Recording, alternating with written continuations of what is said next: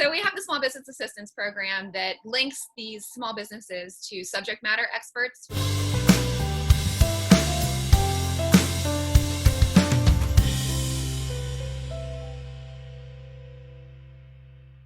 Hello and welcome. Thank you for joining us on Living Unleashed with, I've got today Anna Carrier, who is the Community Business Program Lead at WVU Encova Center for Innovation and Entrepreneurship. She's also a faculty member at WVU, as well as co-founder of the Cupcakery in Morgantown, West Virginia. And she's a mom of 3 and 5 years old. And we were just joking earlier, has zero spare time with all that going on. Anna, thanks for coming on to the show. Thanks for having me. It's my pleasure. Great. So you were highly recommended to me to come on and talk about the challenges of small businesses during this COVID epidemic or pandemic, and some of the CARES Act and some of the things that are going on out there and angles. And obviously, I'll say it right up front, everybody's business situation is going to be somewhat different, sometimes vastly different. And so we won't be able to really address a lot of specifics, but I think there's probably value enough in just going over some of the general things that you're seeing, because you have a broader scope in talking to many businesses and seeing what their impacts are, even your own business for that matter. So I guess I would ask right off the bat is, so what is the Encova Center for Innovation and Entrepreneurship? What is your role there? Can you just kind of give us a slice of that and how that plays maybe pre-COVID, but certainly in the middle of these COVID times? Sure. So I have been, I've had my business for 9 years now here in downtown Morgantown. You can see in the background my ovens and my cooling rack, because I will be baking cupcakes momentarily when we're done. And then I started teaching for the Chambers College in 2018, and I teach in the entrepreneurship and the management departments. And through that, I sort of organically came into business coaching, actually for the Launch Lab, which is under the Chambers College of Business and Economics as well. And then through that, got this amazing opportunity to be the Community Business Program Lead for the Encova Center. It's a very good fit for me, as I'm from Morgantown. I've gone to WVU. All of my degrees are from WVU. And I love my community. I love the state of West Virginia. So this position was literally created for me. It's also, part of my credibility in this position is that I do have my own business. So I'm not talking to these businesses about textbook business. Yeah. I've been through it. I'm going through it right now. So what I do at the Encova Center, we actually have 3 pillars within the Encova Center. One is strategic business consulting, and that is through the MBA program. So experiential learning is done with the students and then businesses within West Virginia, small, medium, large, whether they're needing help with growth or startup. And then there is the educational outreach. So K through 12, entrepreneurship and innovation and education. We have something called the West Virginia Collegiate Business Plan Competition and the West Virginia High School Business Plan Competition that my colleague runs every year. And then there's my pillar, that's the Community Business Program. So I'm here really to support small businesses. The Launch Lab at WVU is very similar in that it helps students, faculty, staff of WVU launch their businesses or support their businesses. And then I do the same thing, but I do that for our community, both locally and statewide. So we have the Small Business Assistance Program that links these small businesses to subject matter experts within the Chambers College. So we have some faculty and some staff members that have been so generous to donate their time to us. They've given hours of service time to these small businesses, whether it's walking them through the PPP and the EIDL loan, or whether it's helping them with marketing to let people know, hey, we're still in business.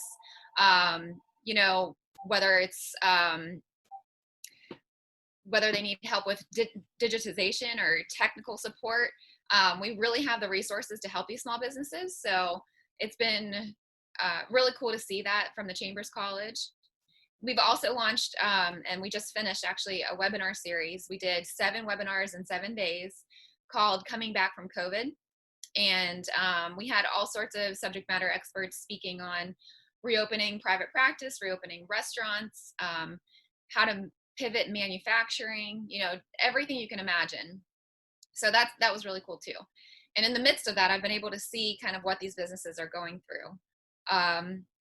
The biggest struggles obviously is financially. How do you pay your rent when you're not making money? How do you pay employees when you have no work for them? How do you rehire them? At what point can you rehire them? And, how can you use the PPP money to rehire them? That's kind of been some of the biggest struggles, along with kind of entering into the digital world, which you'd think in 2020, all of us would be there. But I will say I'm guilty myself, um, of not being as digital as we should have been.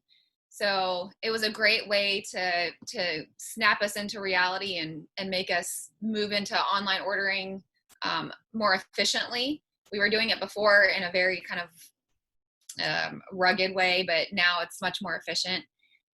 Um, Whether it's putting more on social media and, boosting your posts, it's really changed a lot in that way. And I think that's kind of what we're going to see, is that we've adapted, to a digital world that hopefully is going to actually increase our sales. Yeah, you think. I mean, I think you're right. Everybody around the world is feeling that. Okay, time to sort this out from a digital perspective. We're seeing it across our business as well, and in our market. What are some of the things? I mean, it amazes me every now and again. I'll hear some fact of an impact of COVID that I just didn't think about. I'm like, wow. Okay, so now this wild thing. Are you seeing something in business that wouldn't be so obvious? It's like, yep, this is pretty much going to change things, at least for a while and maybe forever. Yeah, I mean, um, there's some restaurants I can think of, or small, small service industry businesses that, may be the only one in their town, and, this is going to change how they do business too, and maybe even how they're found. I'm hopeful that, um, West Virginia is a gold mine of outdoor tourism, and, I'm hopeful that we can use that to our advantage, and help some small businesses get started or even do better, by attracting tourists. It's kind of a chicken and an egg situation. You attract the tourists, and then you need to have small businesses that will be there to support the tourists. But you also, have to start the businesses and then attract. So it's kind of which way do you go first? But, I think we might have some change in that way too, that maybe some smaller towns are going to have, more opportunities to open businesses, because they're going to be attracting people who want to be outside now that they're on their computers all the time. I think that's really going to change. I think manufacturing is going to change to a certain degree. Instead of getting all of our supplies and plastic pellets from China, hopefully we can get that from our great country instead. Because it's here. It's just, we haven't put the systems in place to make it as easily accessible. Yeah, it's interesting. You say that the idea of people being out here in this wonderful state. I mean, it's beautiful from a natural beauty standpoint and in recreation. I work. Yeah, I've worked remotely for years. I've run a company remotely for years, and I've found exactly that benefit. And I tell people all the time, man, it's magic to be able to work with customers around the world from these hills of West Virginia, and then walk out and be in these hills of West Virginia. It's really something magical. You mentioned earlier finances. I mean, that's an obvious one we can all look at and go, what's going to happen? The Paycheck Protection Program was put together. That's the PPP we hear folks talking about all the time. They had that first tranche that went out, and it got gobbled up by big banks, and a lot of small businesses were left hanging. They did a second funding of that initial program. And it seems like there's still openings, but it seems like most small businesses are now cranking through because they regulated it. What are you seeing, from your experience? What are small businesses saying about the PPP? What are you hearing on the street? Here in Morgantown, most businesses have applied for and gotten the PPP, I would say, as well as the EIDL. But, I think that's not true for the whole state. I think there's some small businesses that still don't know quite what to do, and, are having a hard time finding people that can help them through it. So, I'm hopeful that if and probably when there's a third round, that we can try and help some of those more remote small businesses access the PPP. What I'm hearing is, how do I spend this money? How do I track this money? What can I spend this money on? What's forgiven? What's not? I applied. It was a nightmare for me to apply for the PPP. I applied well, first I filled out the application that was floating around. They said it's going to open up on Friday. You can fill out the application, be ready to go. And then Thursday night, a new application comes out. So I filled out that application and I was ready to go on Friday. I bank with a larger bank here in Morgantown, or at least I did. And I filled out that new application that came out on Friday. Nothing happened. No opening of a portal, nothing. So finally by Sunday, I got an email that says, okay, we're ready to go. We're ready to accept applications. Here's our own version of the application. So I filled out the application for the third time and didn't hear anything. Like 2 weeks passed and I was hearing chatter of other businesses getting their money. And I was thinking, what in the world? I haven't heard anything.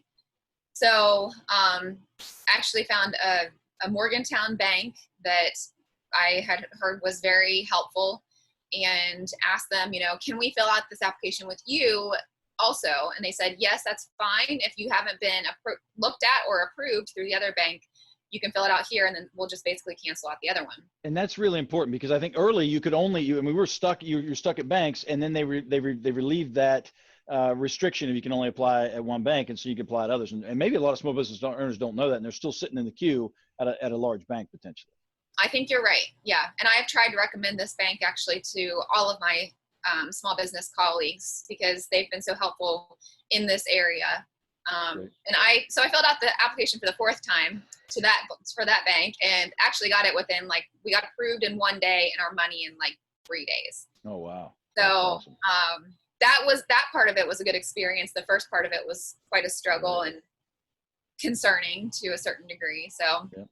Now you mentioned that a third round, and really, so that's there's 1A, 1B, that kind of that for, but so I'm wondering, and I have a question just in case you're hearing something from somewhere. I mean, I'm hearing a lot about additional unemployment and those kind of things from Congress, and for everyone's edification, I mean, we're recording this on the 22nd of May, and this stuff changes by the day, by the hour, so who knows where it'll be. But I'm not hearing a lot of folks saying, they talk about extending the period for PPP, where, okay, you got your period, and for those folks that are questioning, I mean, you got 8 weeks to spend that money, right? And you have to spend it within 8 weeks, and then there's all these rules, and they haven't even figured out the rules yet for what can be actually forgivable versus what's not.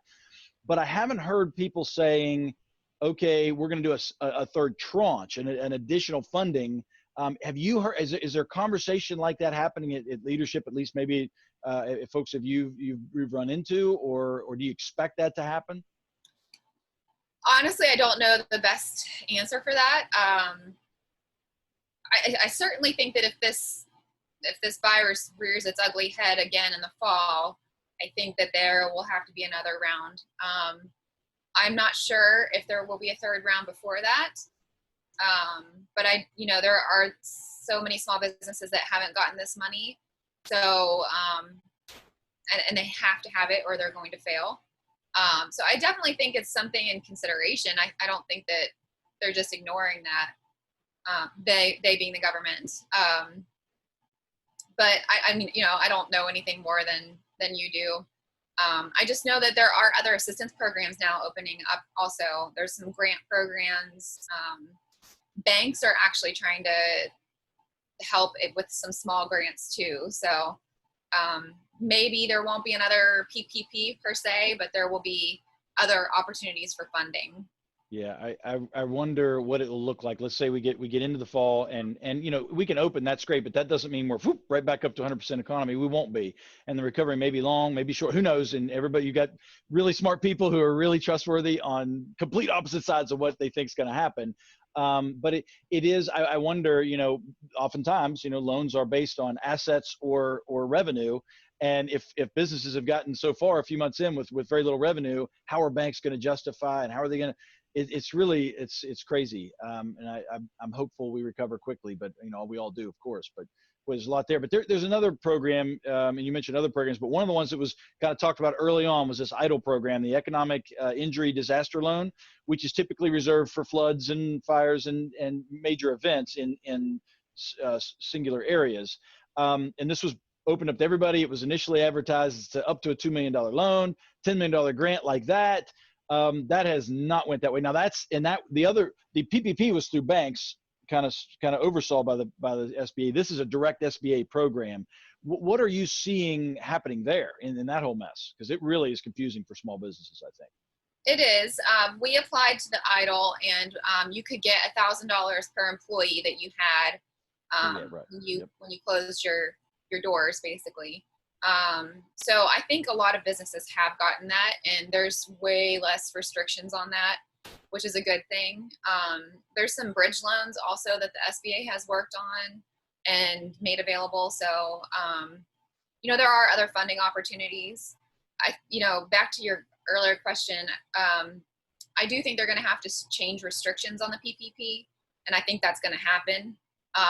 It's just way too restrictive, and the timeline for how soon you have to spend it is ridiculous. It's got to be done by June 30th, and most restaurants are just opening this week at 50% capacity. So you're not going to have the payroll that you can spend that money on, 75% of that money. It has to be opened up so that you can spend it to keep your business operating. I've also heard of some grants for tech assistance. I think that is really important. It may sound like that's when you have disposable income, that's what you do with your money. But I think at this point, we've all realized our businesses have to be digital to survive. So if a little bit of money is invested in tech right now, maybe down the road, so many businesses won't be affected because they've already got the skeleton in place. Yeah, and that kind of leads to the thought is, and I know you're not a policymaker, you're not in Congress or even at the state level, but you're seeing people struggling. You're a small business owner yourself. I mean, the tech assistance is one thing. Are there other policy things you suggest our leaders should be thinking about, or as small businesses, when we talk to our representatives, we can kind of be pushing? Do you have some bead on what would be helpful at this time? I mean, it's been nice that they have, pushed the taxes, due dates and everything. I guess some leniency in that area could be nice. I'm definitely not a policy pro, but some forgivenesses for some some decisions that we've had to make. Whether it's write-offs or just extended time periods. I know that I had to do my B&O tax regular on schedule. And that was one thing I was actually really surprised about. It was probably like 2 days before it was due. And I called thinking, well, they're probably not even in their office. And sure enough, they were. They answered and they said, oh yeah, it's due at its normal time. So I had to come to my closed store and do my B&O tax and cut a check out of money that was just bleeding out of my business for my B&O taxes. So that's not as much on a state or federal level, but on a local level, that was tough. That was a tough pill to swallow. Those top line revenue taxes hurt anyway, and to do that when you're not getting any much top line in the door is really a kick in the gut. I hear you there. So let's kind of transition. So looking at small businesses and some of the ones you see, I know you guys provide a ton of services. I mean, I guess again, not knowing individual situations. I mean, we can't prescribe things over the internet. This is how you fix your business. There's no easy answers anyway. But do you have any advice or recommended path for either information or guidance, or what kind of, if a small business owner is hearing this right now and they're like, I have some of these questions and I have more, and really right now, the only thing that comes in spades is uncertainty. There seems to be not a lot of clarity for things. So maybe they call the SBA, they sit on the phone, they call 50 times, they call their local reps. What advice do you have for small business owners that are trying to figure this out? Here in the state of West Virginia, I would say Google Encova WVU, and then there's a spot where you scroll down and it says West Virginia businesses. If you click there, it's directly to my website. I think the intake form might be the first thing on my website. We've helped over 60 businesses so far, and I want to keep this going. I'm actually applying for a grant to support the subject matter experts in continuing this, hopefully permanently, because there are small business assistance programs all over the state, maybe more at a state and federal level, but this is something where you know the person who's getting your intake form on the other end is getting it that day. They're going to do something about it that day. They're not going to leave you hanging.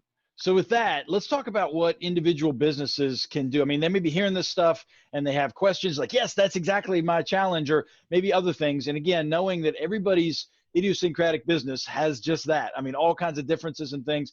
But what is it that you could recommend for folks to do if they're hearing this and they've got further questions and stuff? Because as we talk, one of the things that's in spades is uncertainty. What's not certain or what's not full of is answers, as they call different folks. So where can small businesses go to get help at this time? Yeah, I mean, first of all, I would say we have that small business assistance program that we've worked really hard on developing. So the intake form, that is super easy to complete, and then there's 40 to 50 subject matter experts on hand willing to give their time. So if you just Google Encova WVU, you'll get to our website. Just scroll down and it says West Virginia businesses, and click there, and that goes straight to my website. And I think the intake form is actually one of the first things you can click on when you get to my website. We also have all of our webinars, past webinars on there, and future webinars. We have a calendar for those coming up as well. So, but I would really say we've helped over 60 businesses with this small business assistance program. We're here. We're not just going to let the phone ring. We're not going to ignore your email. I get it, and within a couple days, I've had you connected with a subject matter expert that's willing to talk you through it. And if there's another area that maybe that subject matter expert isn't great at, and you need help in a different area, we can connect you to another one. So you can use all of our resources, and that's what I'm here for. That's great. And that's Encova with an E. We'll have it in the notes, but ENCOVA WVU, and that'll pretty much, you'll pop up there and go in from there, right? Yep. Okay, awesome. Hey, so I guess when we look at this thing, and I know I'm going to ask you a question it's impossible to answer. You don't have a crystal ball. I don't have a crystal ball. I wish I did. But if you did, I mean, how do you see this playing out for many small businesses? Well, I think there's going to have to be a lot of focus on making sure a customer feels welcome.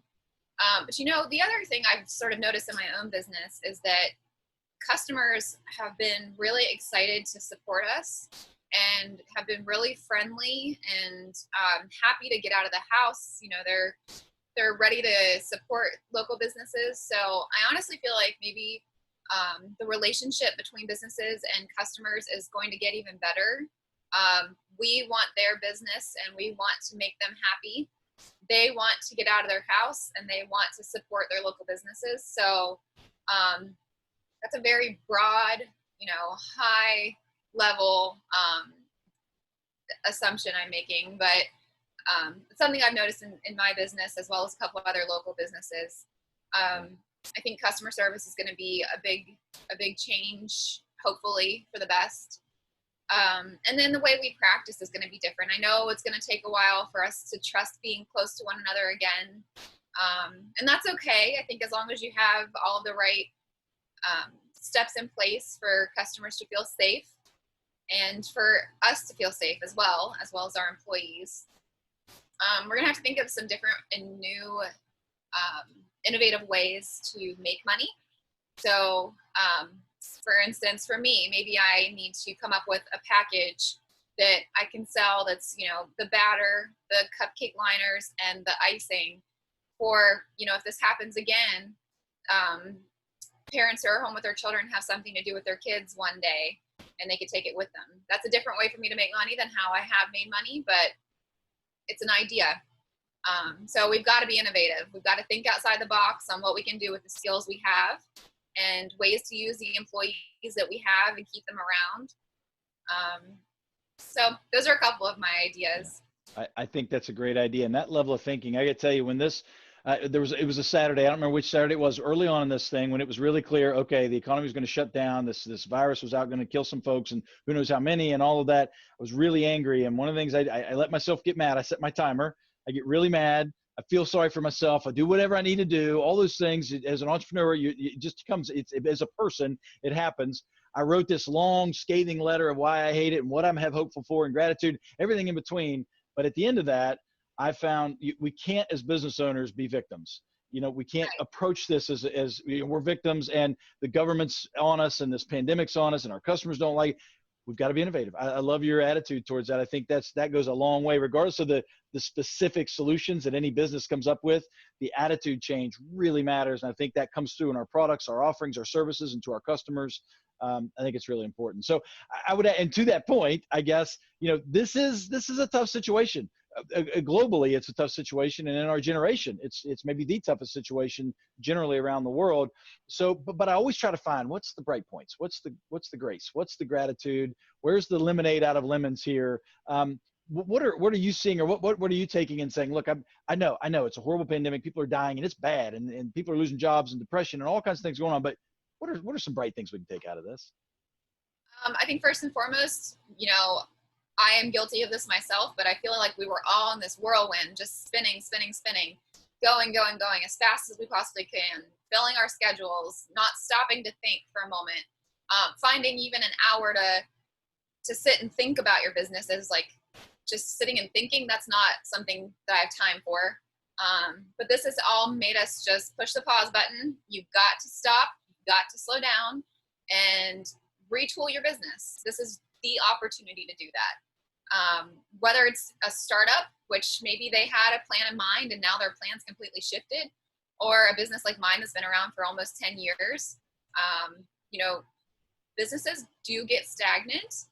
And this has been a great opportunity to really rethink how we're doing things, and think ahead, because sometimes you get caught up in what you're doing, more of the same, and it's working, but now we have to think ahead. If this happens again, what will we do?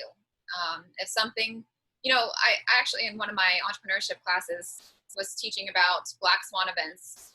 And it was kind of a joke. I mean, it wasn't a joke, but it was kind of a joke that when we were talking about it, like, oh, these things won't happen. It's happened. I mean, we had a Black Swan event and no one could have predicted this to happen. If I would have been talking about this in my entrepreneurship course, people would have thought it was crazy. They would have never thought, I actually never thought that we would shut our doors. My business partner is very in tune with politics and the news, and she kept saying, like, it's coming. And I'm like, how can you close the economy? How can you close businesses? That doesn't make sense to me. But we all had to wrap our heads around it. So yeah. I think thinking forward is going to be a new thing that we all do. And for those who don't like to plan ahead, it's probably been a struggle, but maybe it's been a way to learn how to do it.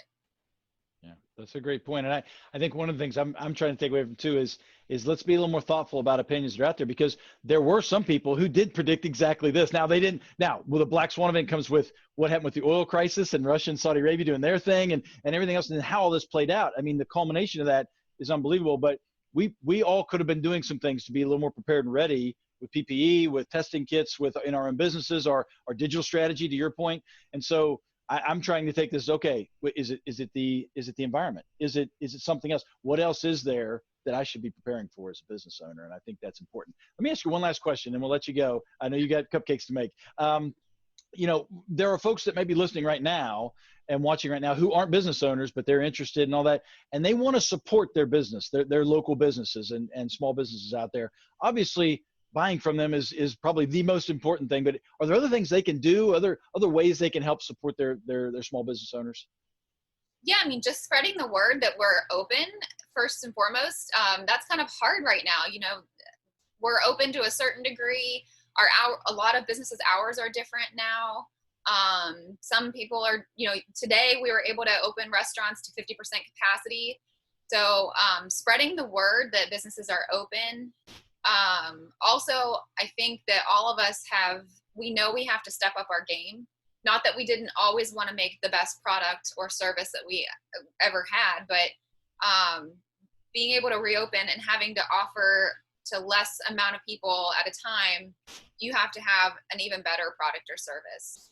So just spreading the word, I think, is like first and foremost. I have a couple of clients that are businesses that had started in January and then had to close their doors like 2 months later. So they were just gaining traction and just getting the word out that they were even opening at all.